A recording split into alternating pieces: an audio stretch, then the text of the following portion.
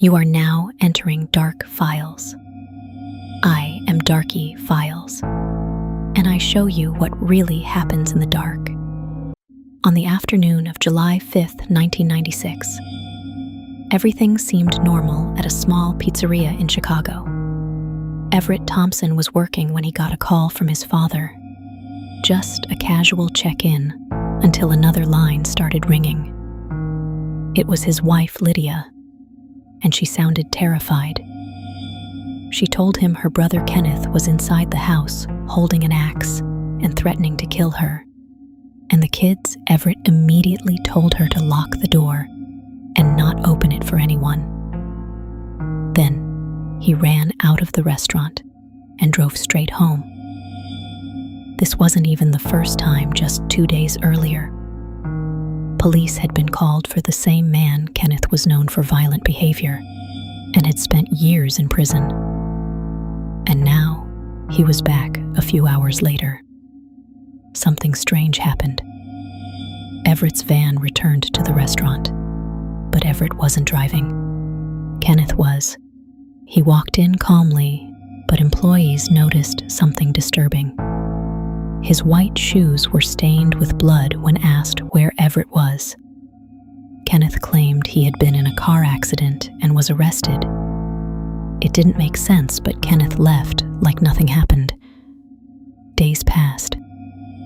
Everett never came back. No one could reach him or his wife or the kids after nearly 2 weeks. His father called the police when officers arrived at the house. Kenneth answered the door. He claimed the whole family suddenly left for Philadelphia. Police looked around and found nothing suspicious, so they left. That decision was a huge mistake. Weeks later, Everett's parents came to Chicago after hearing about the blood. They pushed police to investigate again. This time, things didn't add up. There was no car accident, no arrest. Kenneth lied. Police returned with a warrant, but it was too late. The house had been completely gutted, renovated, any evidence gone. But one detail stood out. A home inspector reported.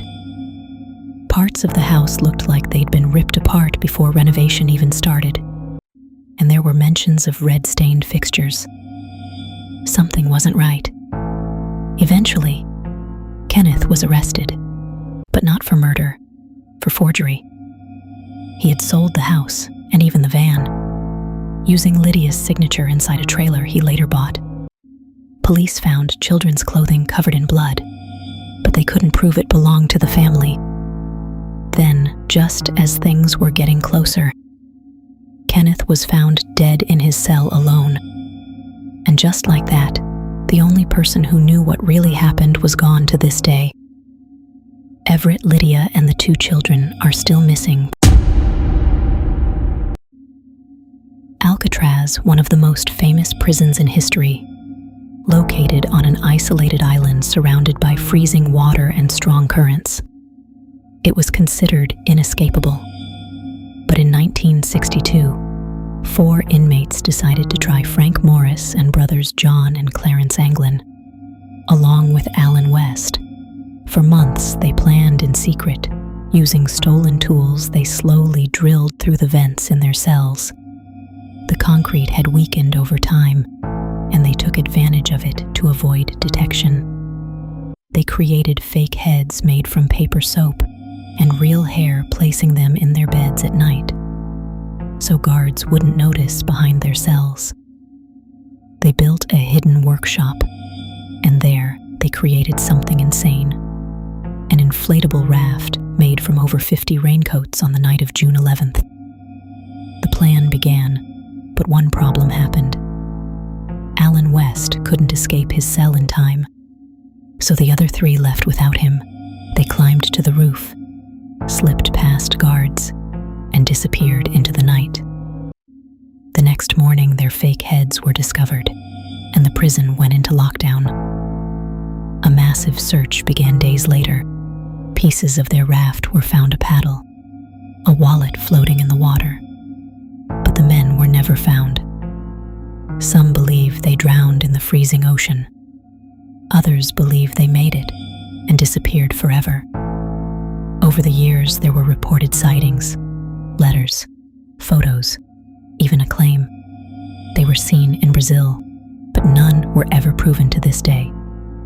No one knows what really happened. So, what do you think? Did they actually escape Alcatraz, or did they vanish into the water? And what about the Thompson family? What really happened inside that house? Let me know your thoughts in the comments, and I'll see you in the next one.